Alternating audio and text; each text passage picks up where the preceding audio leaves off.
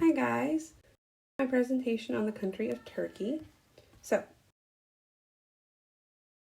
it had been captured by a lot of people such as the Hittites, the Persians, Alexander the Great, the Roman Empire, the Byzantine Empire, and the Ottoman Empire. Turkey is known for the Trojan War, where the Greeks captured the city of Troy, as depicted in the picture to the left. The Turkish Republic was created in the early 1900s by General Mustafa, and in 2000, Turkey elected a new president, and through his leadership, they were able to join the EU, which they are still currently a part of. This is a section on Turkish culture. These are some of the landscapes in Turkey. It's a beautiful country. It is near Russia, in between Asia and Europe, so it's kind of half and half on both sides. There's a lot of mountains, but there's also a lot of beautiful beaches and places to go. The major city of Istanbul is absolutely beautiful. And then here's some Turkish food.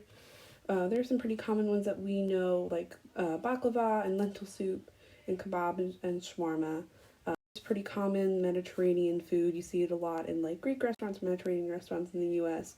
But there's also some uncommon ones that we don't normally see, like Turkish bagels or doner kebab or pizza. These are some Turkish clothing. The three on the right side are all very traditional, older clothing, but the one on the very, very left is more modern. I'll talk more about it later, but Turkey is a very Islamic country, so a lot of the women wear hijabs, and so that's pretty much a traditional attire for them. And then everything else is pretty much festival wear or traditional wear that they wear more in the rural areas. This is an example of Turkish music. I would play the video, but my computer isn't working, so I would just have to post the links with this link. So check it out after you watch this video. It's really, really cool. It's very traditional folk type music with a lot of, guitars and drums and stuff. It's very, very good. And then this is Turkish dancing. It's very spinning. You get a little dizzy when you watch the video. I'll post this one under the Turkish music one. It's very cool. It's really intense to watch. And these are some Turkish festivals. One of the big ones is Izmir World Fair. It is really, really big. A lot of people come and look at it. It's a very traditional festival for them. They have a lot of amusement rides and stuff. It's really cool. The other one is Rock and Coke. That one's in the top left corner. It's really, really cool. If you have the chance, go look at some pictures, check out some videos. It's really good. This is all about Turkish religion. For a long time, Turkey was under the rule of Roman Emperor Constantine, and he was traditionally Christian. So in his city, the main city of Constantinople, until before it was changed to Istanbul, they were widely known as a Christian city. And then the Seljuks took over the majority of Turkey, so they became more of an Islamic country once they took over, and they still are today. So this graph is a little older. It's from 2011, but right now Turkey is standing at about 98.6% of their citizens being Muslim. But back in 2011, it was 95.6, so they've grown about a 3% since 2011. So about 10 years, 11 years, it's been a pretty good growth of Muslim people. So this is their social media and their newsworthy events. As you can see by the graph, YouTube is really, really big in Islam, or not in Islam, in Turkey. YouTube is really, really big.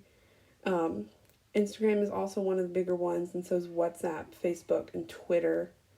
And then some of the newsworthy events are that Turkey's prime minister tested positive for COVID recently, and then another man in Turkey has set a record for being tested positive for 14 months straight for COVID. Turkey has a really, really high inflation rate right now, so their interest rate is still staying the same despite the high inflation. And then Turkey's lowering their taxes on basic foods to fight the inflation, which is really cool. I think that's really great of their government to try to help fight that inflation so it doesn't get too high. These are Hofstede's cultural dimensions in Turkey. So, those 6 cultural dimensions are the power distance index, the individualism versus collectivism, uncertainty avoidance index, masculinity versus femininity, long-term orientation versus short-term orientation, and indulgence versus restraint. These are how they relate to Turkey. So the highest is uncertainty avoidance. They don't like to be uncertain about things. They are very set in their ways in Turkey. And then the lowest is individualism. Again, they're really set in their ways. They don't like to stray too far from tradition. Another one is power distance and masculinity. It's a very patriarchal society. So the man is the head of the house. They really just focus on that mostly. And then the artist highlight. This is going to sound a little cheesy, but this is Salt Bae. Everyone knows him. He's from Turkey. He is a trained butcher and chef.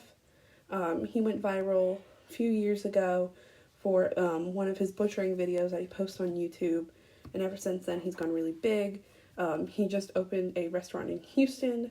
And he's gotten really, really famous. I feel like he embodies Turkey really well because a lot of their culture revolves around food and tradition and very like traditional foods that and he'll show how to make a lot of those in his videos, and he's become, a very famous person, a very big person in Turkish culture and in the world culture. So I feel like he resembles Turkey's culture very, very well. Okay, thank you guys very much. That's all I have.